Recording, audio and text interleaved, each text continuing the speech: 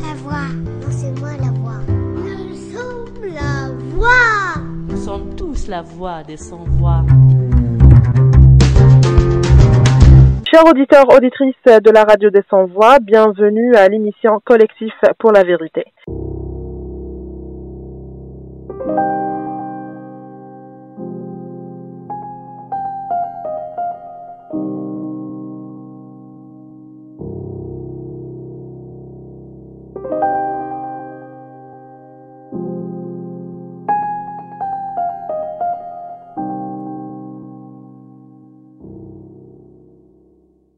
Nous allons parler aujourd'hui de l'arrestation des militants pacifiques détenus uniquement pour avoir exprimé leur opinion en ligne et hors ligne et appelé de leurs vœux une réforme démocratique. Et pour parler de ce sujet, nous avons contacté M. Kassi Tansaout, coordinateur du CNLD, Comité national pour la liberté des détenus. M. Tansaout, bonjour. Bonjour madame, bonjour chers auditeurs.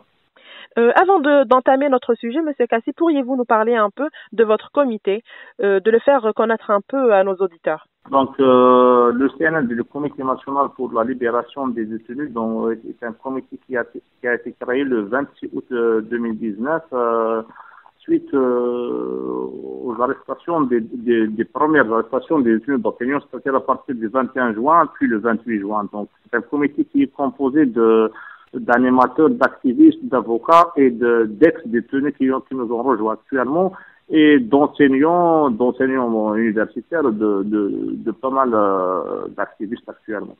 D'accord. Et quel est le rôle de votre comité?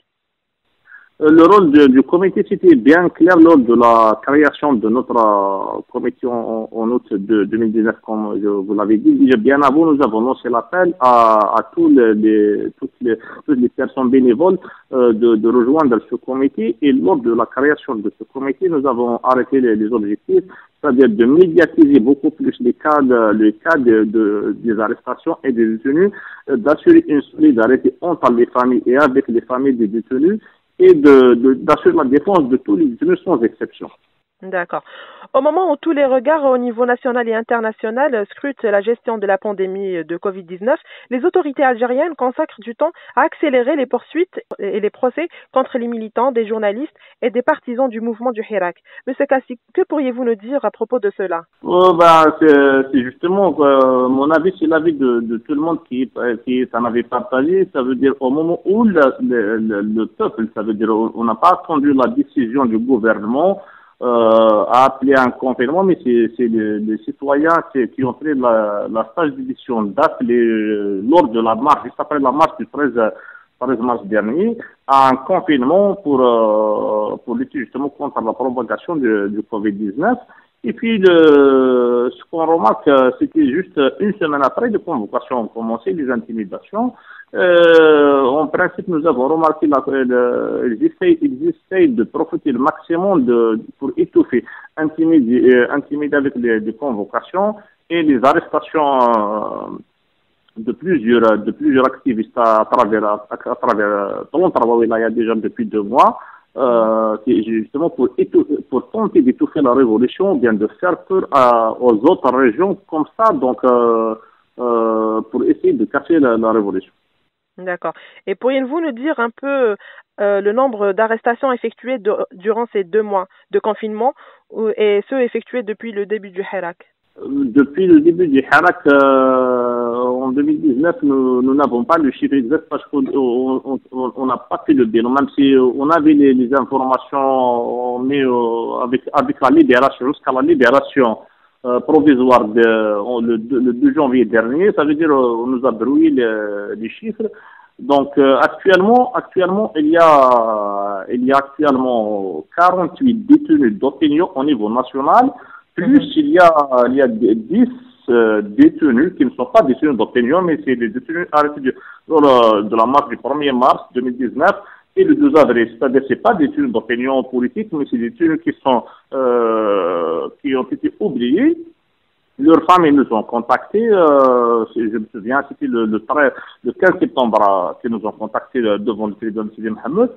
Nous avons vu le dossier. C'est des jeunes qui ont été accusés de destruction des biens publics. L'affaire de Saint-Georges, que tout le monde se souvient, l'affaire de Saint-Georges. Récemment, sur les 13 personnes, il y avait 3 détenus qui ont été mis en liberté provisoire. Le CNLD a décidé de médiatiser et de ces familles, et puis le dernier mot revient aux avocats de voir leur dossier, parce que leur famille, comme nous tous, on demande un procès équitable.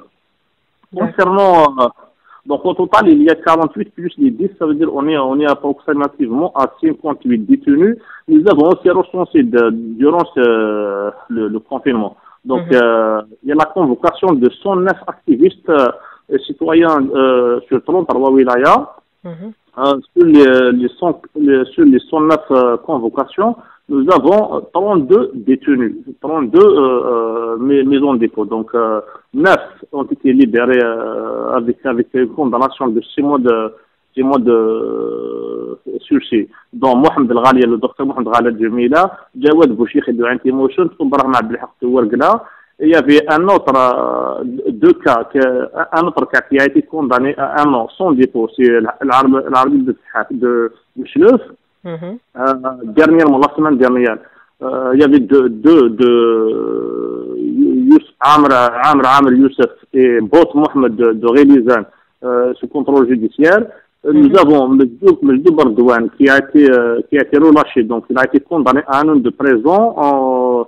Ils ont abandonné ils ont annulé le mandat. Il a été libéré récemment. Et nous avons 23 détenus actuellement, on a c'est-à-dire le mandat actuellement, on attend de leur procès.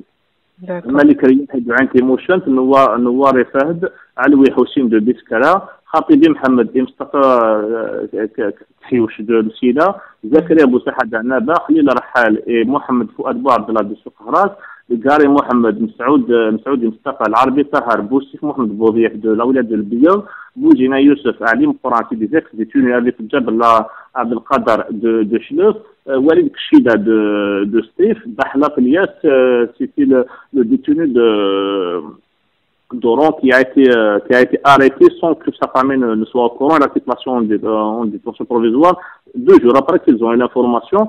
Et nous avons aussi le Mehr Bash Imad de Tbessa, le shérif de Boumerdes, qui a été arrêté, placé au mandat de dépôt au tribunal Sidi Mohamed et renvoyé récemment. Donc son dossier vient d'être transféré et son procès aura lieu demain à Boumerdes.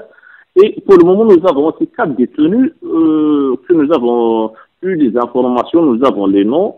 Ça reste à vérifier l'accusation parce que ça pourra être on a recensé déjà l'accusation. Il ne s'agit pas on ne peut pas les qualifier de détenus d'opinion parce que là, il est de Bijaya.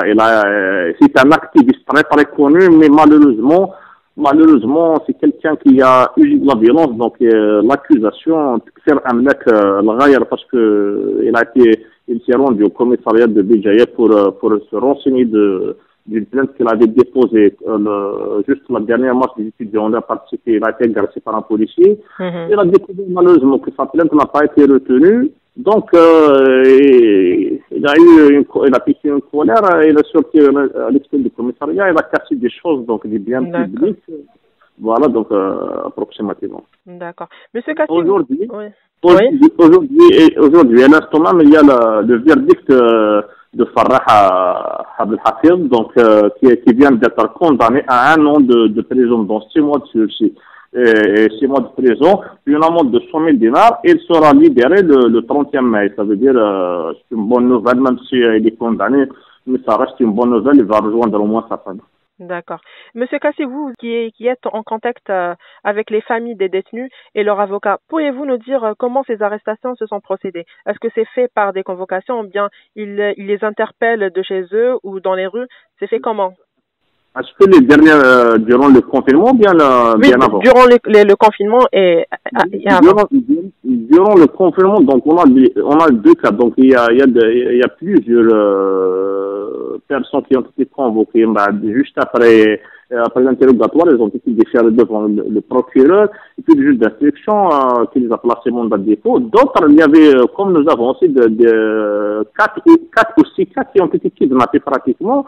Comme cela a été le cas de Brahim Dawadji, même si c'est bien avant le confinement, ça veut dire nous avons beaucoup qui ont été kidnappés et malheureusement actuellement ils sont en détention provisoire. Qu'en est-il des détenus hirakistes qui sont en détention préventive et qui attendent leur procès, certains depuis plus d'un an, dans un silence et un isolement accentué par la crise sanitaire? Donc ceux qui attendent leur procès depuis un an, ça veut dire on parle des personnes arrêtées le 1er mars. Ce ne sont pas des victimes de... Malheureusement, c'est injuste parce que ils ont brisé déjà des familles, ils ont brisé des jeunes parce qu'on a vu les dossiers, on a reçu les témoignages des ex-détenus d'opinion qui ont partagé avec eux parce qu'ils sont actuellement à Harras. Donc les ex-détenus dans le Kharbour, Gam, Saoud el-Ftissi, avec les Oukdin, je peux citer beaucoup Bachir al-Had qui ont témoigné. Parce qu'ils ont fréquenté durant au moins 4 mois, ils ont partagé la prison de Harras, donc ils nous ont témoigné de l'histoire. Malheureusement, donc c'est une chose plus qu'abusive, donc c'est pour ça qu'on a décidé de soutenir et d'accompagner leur famille, même si ils ont engagé déjà des avocats, mais les avocats du CNLD, c'est pas tous les avocats, mais certains avocats ont le dossier, ils l'ont étudié, ils ont accompagné comme ça, parce qu'ils sont détenus. Donc, on souhaite avoir un procès équitable. C'est même le dossier qui le fait. D'accord. Et M. Kassi, comment jugeriez-vous le nouveau code pénal qui criminalise la diffusion de fausses informations qui portent atteinte à l'ordre public et à la sûreté de l'État et à l'unité nationale? Je peux rajouter une nouvelle accusation parce que une nouvelle accusation qui vient de voir le jour, c'est atteinte à la personne du président de la République. Pour le moment, sur les 23 détenus actuellement, sur les 32 qui ont été arrêtés durant le confinement, donc nous avons 8 qui sont accusés d'atteinte à la personne du président de la République. Jamais, durant les 20 ans de Bouteflika, jamais un citoyen n'a été présenté devant la justice pour cette accusation. Le nouveau code pénal, donc, qui a été préparé, c'est un code qui a été préparé en même temps avec la pandémie de Covid-19, parce qu'ils s'attendent, donc ils ont même verrouillé la communication. Les directeurs de la santé ont été interdits de communiquer, même les alliés, sauf le ministère de la Santé qui a le droit de communiquer sur la situation. Ça veut dire qu'ils ont déjà anticipé en perspective de cette crise sanitaire. Et puis, je pense qu'elle a beaucoup plus de relations par à cette question de corona. Donc, cette histoire d'accusation, c'est pour casser aussi la révolution. D'accord. Un dernier mot, Monsieur Kassi, pour clôturer notre sujet. Un grand hommage à tous les avocats au collectif des avocats de la défense, surtout qui n'ont pas arrêté depuis. Il faut leur rendre hommage. Parce qu'il s'agit d'avocats bénévoles qui ont tenu depuis le 7 juin exactement, avant même les premières arrestations. C'est des avocats, c'est un groupe d'avocats actuellement, même si ils sont environ de 200 au niveau national, mais nous avons aussi beaucoup d'autres avocats qui intègrent le groupe, parce qu'au début il y avait environ 1000 avocats au début, mais avec la durée ça a pris du temps. Il y a les avocats militants, il y a les avocats qui ont été touchés, mais nous avons le devoir de rendre hommage quotidiennement à tous ces avocats, et aussi on lance toujours un appel aux citoyens. Donc d'abord on doit aussi rendre hommage à tous les Algériens qui ont soutenu la question et la cause des détenus, qui ont soutenu les familles beaucoup plus, les mamans, les sœurs, les épouses, les enfants. Et je lance aussi un appel en tant que coordinateur du CNLD, en tant qu'Algérien, en tant que citoyen algérien, de rester, d'accompagner toujours ces familles, parce qu'il y a des familles actuellement dont les pères de famille n'ont pas encore réintégré le travail. Et aussi, comme ça sera dans une semaine qui sera locale, l'Aïd, donc ça sera un Aïd exceptionnel, vu la crise sanitaire, la pandémie du Covid-19 qui touche le monde entier, mais vu qu'il y a aussi d'autres arrestations, de nombreuses arrestations, et même cette fois-ci, on lance un appel à tous les activistes, à tous les citoyens qui peuvent se déplacer durant les 2 jours de l'année, tout en respectant les mesures de sécurité pour éviter la propagation du Covid-19, à rendre des visites, même si c'est pour quelques minutes, ça sera un soutien moral aux familles des détenus. D'accord. Merci, M. Kassitan Saoud, d'avoir tenu cet entretien avec nous. Merci à vous aussi. Bon courage. Et merci aussi à tous nos auditeurs de nous avoir écoutés et je vous dis à bientôt pour un autre numéro.